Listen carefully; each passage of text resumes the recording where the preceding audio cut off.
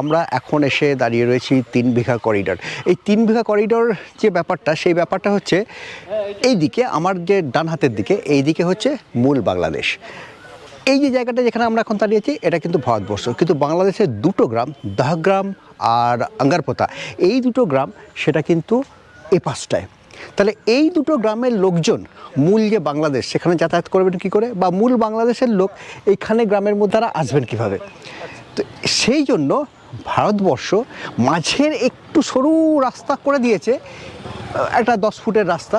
এই রাস্তাটা দিয়ে এই দুই গ্রাম বা বাংলাদেশের মূল বাসিন্দা যারা, তারা এই রাস্তা দিয়ে যাতায়াত করতে পারবে ওই দুটো গ্রাম থেকে মূল বাংলাদেশ থেকে ওই দুটো গ্রামে। তারা যখন এখান দিয়ে যাতায়াত করবেন, তারা কিন্তু এই রাস্তায় নামতে পারবে না, তাদের নামার কোনো রকম অনুমতি নেই। এবং ভারতের যে বিএসএফ মানে বর্ডার সিকিউরিটি ফোর্স আছে, তারা কিন্তু এই গাড়িগুলোতে কি যাচ্ছে না হচ্ছে, বর্ডারে যে